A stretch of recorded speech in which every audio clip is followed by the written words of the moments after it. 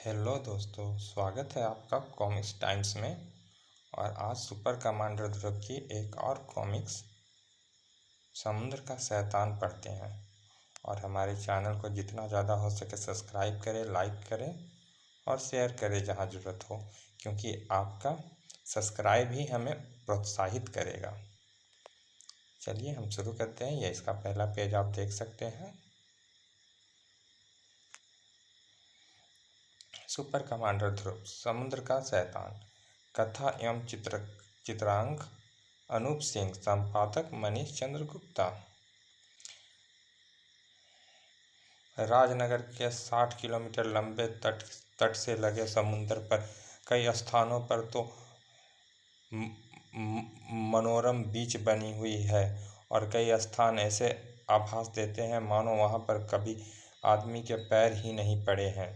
इन सुनसान तटों पर अगर कुछ मिलता है तो सिर्फ अकेलापन। और जवान जोड़े अक्सर इस अकेलेपन की तलाश में सुनसान तटों को आबाद करते हैं। ब्यूटीफुल। देख लिया ना पवन, मैंने पहले ही कहा था कि हमारे हनीमून के सबसे खूबसूरत जगह यही होगी। वाकई रीता डार्लिंग, लेकिन तुमसे ज़्यादा खूबसूरत नहीं। अच्छा अब चलो, खामखा ही चापलूसी मत करो। जल्दी जल्दी कपड़े बदलो। नहाना है या नहीं? हम लोग को जल्दी घर भी पहुंचना है। यह चांद, यह सागर और तुम, जल्दी किसी गधे को। सच कहा, गधे को जल्दी नहीं होती है। रात के वक्त समुद्र में नहाने का मज़ा बयान नहीं किया जा सकता। अब जल्दी नहीं है क्या?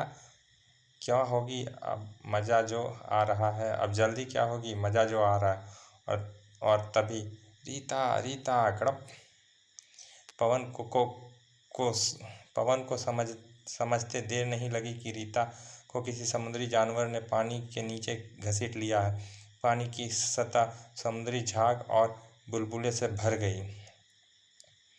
फिर बुलबुले भी फूटने लगे और भयभीत पवन की आंखों के सामने सतह पर कुछ उभरने लगा। वह कुछ था रीता की लाश। पवन ने चिल्लाना चाहा, लेकिन उसके गले से आवाज़ गायब हो चुकी थी। और तभी एक और वस्तु सतह पर उभरी। आ ग ग ग आ। इसको देखकर पवन का दिमाग आतंक से भर गया और वह सब कुछ भूलकर किनारे की ओर लपका। लेकिन डर से उसके पैर मानो भारी हो गए थे। उसे तो ठीक से भागा भी नहीं जा सका। इसके पीछे लगी भयानक व विशालकाय आकृति क्रमशः पास आती जा रही थी। अब शायद पवन की जिंदगी का क्षण भी खत्म हो चुका था। आ! चट्टान के पीछे से एक खून जमा देने वाली चीख उभरी और धीरे धीरे उस चीख के प्रतिध्वनि भी हवा में घुल गई। अब सिर्फ पानी में किसी के तैरने की आवाज़ सुनाई पड़ रही थी, छप छप छप छप, और वह भी क्रमशः तट से दूर जाती जा रही थी। अगले दिन सुबह उस सुनसान तट पर लोगों की भीड़ जमा थी। पुलिस को ना तो इसकी हत्या का कारण पता चल रहा है ध्रुव, और ना ही कातिल के बारे में कोई सबूत मिल रहा है। इसीलिए मैंने सोचा कि लाश को यहाँ से हटाने के पहले तुमको भी घटना स्थल का मुआयना करा दिया जाए। शायद तुम ऐसी कोई सूत्र ढूंढ निकालो जो इस दर्दनाक केस का खुलासा कर सके। ध्रुव की तेज नज़रें चारों ओर घूम रही थी और उसका चेहरा गंभीर होता जा रहा था। इस वक्त तो मैं सिर्फ इतना ही बता सकता हूँ कि हत्यारा कोई ऐसा भयानक समुद्री जीव लगता है जो पैरों पर खड़ा हो सकता है और जिसमें आश्चर्यजनक ताकत है। क्या तुम मजाक कर रहे हो क्या? बिल्कुल नहीं, बिल्कुल भी नहीं। देखिए सर, इस युवती की मौत जाहिर है पानी में डूबकर हुई, लेकिन इसके पांव पर खरोंच के निशान बने हैं। खरोंच के निशान बताते हैं कि पानी के नीचे इसे किसी समुद्री जानवर ने इसके पैर से पकड़कर पानी में नीचे घसीटा था। चलो तुम कहते हो तो मान लेते हैं, लेकिन भयानक और पैर? वह समुद्री जीव भयानक अवश्य रहा होगा, क्योंकि उसको देखकर इस युवक ने डरकर भागने की कोशिश की। जब रेत पर पैरों के निशान को देखिए, युवक के पैरों के साथ साथ चप्पू जैसे पंजों के निशान भी हैं, यानी उस जीव ने इनका पीछा अपने पैरों पर चलकर किया। अब आगे देखिए सर, युवक की लाश के पास युवक के पैर के निशान गायब हैं और पंजों के निशान और गहरे हो गए हैं। इतना तो मैं भी देख रहा हूँ, पर इससे यही निष्कर्ष निकलता है कि उस समुद्री जीव ने इस युवक को गर्दन से पकड़कर हवा में उठा लिया, जिससे युवक का दम घुट गया। इससे यह भी जाहिर है कि इस जीव में आश्चर्यजनक ताकत रही होगी। साबुत तो तुम्हारी कहानी में फिट बैठते हैं ध्रुव, लेकिन तुम्हारी भयानक समुद्री जीव वाली थ्योरी मेरे गले नहीं उतरी। जहाँ तक मैं जानता हूँ, ऐसा कोई समुद्री जीव नहीं होता ही नहीं। मेरे ख्याल से इनकी हत्या के पीछे कुछ और राज है, और मैं उसका पर्दाफाश करके ही रहूँगा। ध्रुव ने इस वक्त चुप रहना ही बेहतर समझा, क्योंकि उसको अपनी बात साबित करने के लिए कुछ और सबूतों की ज़रूरत थी। और उसी शाम उस मनहूस तट से कुछ ही किलोमीटर दूर मछुआरों की बस्ती में। सच है साहब, सवा सोलह आना सच रहा तो हम हियाँ पर सच है साहब, 16.25 आना सच रहा तो हम रिहा पर दसियान साल से रहते हैं, लेकिन ऐसन जानवर हमने पिछले 3 सालों में दुई बार देखा है। हमारा 3 मछुआरों को मार भी चुका है ससुरा।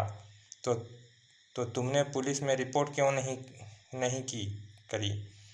का फ़ायदा बाबू, वे पाताल लोक का प्राणी है। हमारी पुलिस उससे छू भी ना सकती है।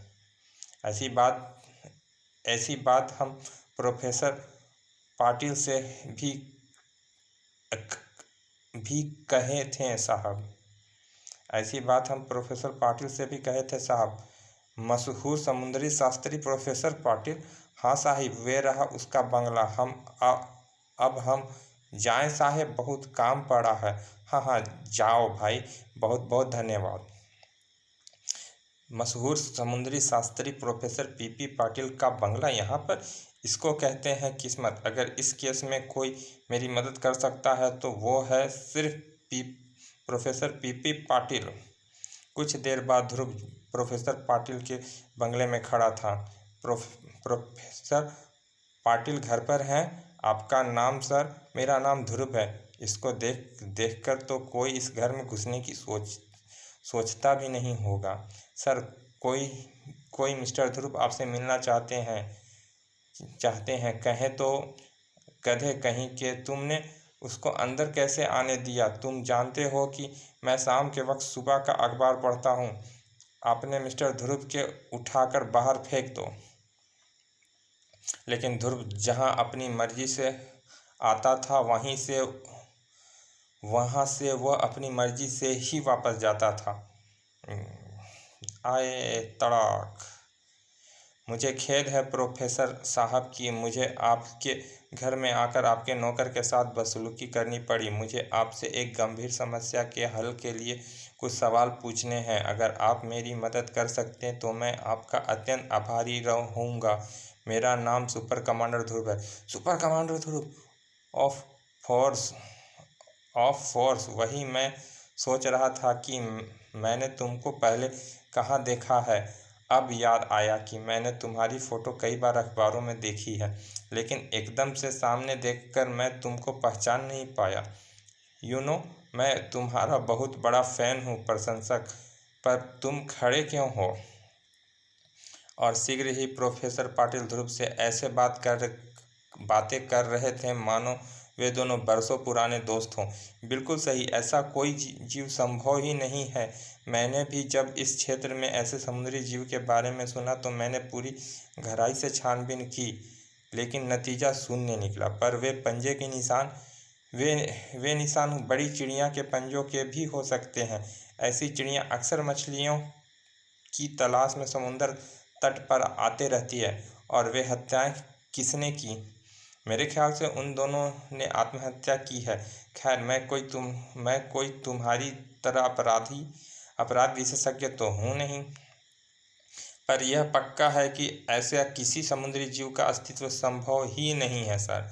थैंक यू प्रोफेसर, अब मैं चलता हूँ। अच्छा, फिर जरूर आना ध्रुव, गुड लक। मछुआरे कहते हैं कि उन्होंने ऐसा प्राणी देखा है, और प्रोफेसर पाटिल के हिसाब से ऐसा प्राणी संभव ही नहीं है। दोनों में से सही कौन है, यह पता लगाने का एक ही तरीका है, और वह तरीका आजमाने का सही वक्त आज ही है। और उसी रात एक और किशोर जोड़ा उस सुनसान तट पर तन्हाई का आनंद उठाने के लिए मौजूद था, लेकिन उनका मकसद कुछ और था। आपने वाटरप्रूफ इलेक्ट्रॉनिक उपकरणों को एक बार फिर चेक कर लो पीटर। चिंता मत करो रेनू, मैं इनको पहले ही 2 बार चेक कर चुका हूँ। शीघ्र ही। मैंने अपने पैरों में लगे रडार के सिग्नल चालू कर दिया है। अब अगर कोई भी जीव हमारी तरफ बढ़ेगा तो हमें तुरंत पता चल जाएगा। मेरी पिस्तौल भी हर आफत का मुकाबला करने के लिए तैयार है। पानी में छपछपाहट की आवाज़ों ने अनसुनी नहीं गई। रेनू, कोई विशालकाय जीव हमारी तरफ बढ़ रहा है। किनारे की ओर भागने के लिए तैयार रहो। भागो। किनारे पर पहुंचकर पीटर और रेनू क्षण भर को पलटे और उनकी सांसें गले में ही थम गई। हैं? एक विशाल एवं खूंखार समुद्री जीव जिसकी भयानकता का वर्णन करना असंभव था, बिजली की तेजी से उन दोनों के पीछे लपक रहा था। रेनू और पीटर कमांडो फोर्स के क्रेडिट थे। भागकर उनको पकड़ पाना समुद्री दैत्य का भी बस से बाहर की बात थी। पीटर और रेनू के आंखों से ओझल होते ही दैत्य भी रुक गया। उसके गले से गुस्से भरी एक हुंकार निकली, गुर्र। फिर वह मुड़ा और पलटकर चट्टानों के बीच बनी एक गुफा की तरफ बढ़ने लगा। उसको गुफा में घुसने के साथ ही सुनसान तट पर एक और उगी जंगली झाड़ियों अपने आप हवा में उठने लगी। तो मछुआरे सही कहते थे, प्रोफेसर पाटिल गलत है। ऐसा जीव है। मेरे प्लान का पहला भाग तो सफल रहा। रेनू और पीटर के चारे के रूप में इस्तेमाल करके मैं इस समुद्री राक्षस को तट तक तो खींच लाया। अब देखना यह है कि यह असली है या फिर खाल पहने हुए कोई दैत्याकार आदमी। ध्रुव सधे हुए कदमों से गुफा के अंदर घुसा। यहाँ तो बहुत अंधेरा है, कोई आवाज़ तक नहीं आ रही है। लगता है दैत्य और अंदर। और इससे पहले कि ध्रुव की आंखें अंधेरे में देखने के अभ्यास हो पाती, एक शिकंजा उसके बदन पर आकर कस गया। लेकिन ध्रुव के तेज दांतों ने उनको लगभग तुरंत ही आज़ाद कर दिया। गुलाबी खून! ध्रुव ने तुरंत ही पलटकर वार किया, क्योंकि इस वक्त हमला ही सबसे अच्छा बचाव था। दांत काटने से एक बात तो साफ हो गई कि यह असली है, लेकिन इस पर तो मेरे सबसे तगड़े घूंसे का भी कोई असर नहीं हो रहा है। अगर इस वक्त मैं पल भर के लिए भी चूक गया तो मेरा भी हाल उस लाश अब बाजी ध्रुव के हाथ से निकल चुकी थी। चलिए दोस्तों, समुद्र के शैतान का पहला भाग यहाँ समाप्त करते हैं। मिलते हैं आपसे दूसरे भाग में। और हमारे चैनल को सब्सक्राइब करें, लाइक करें। धन्यवाद।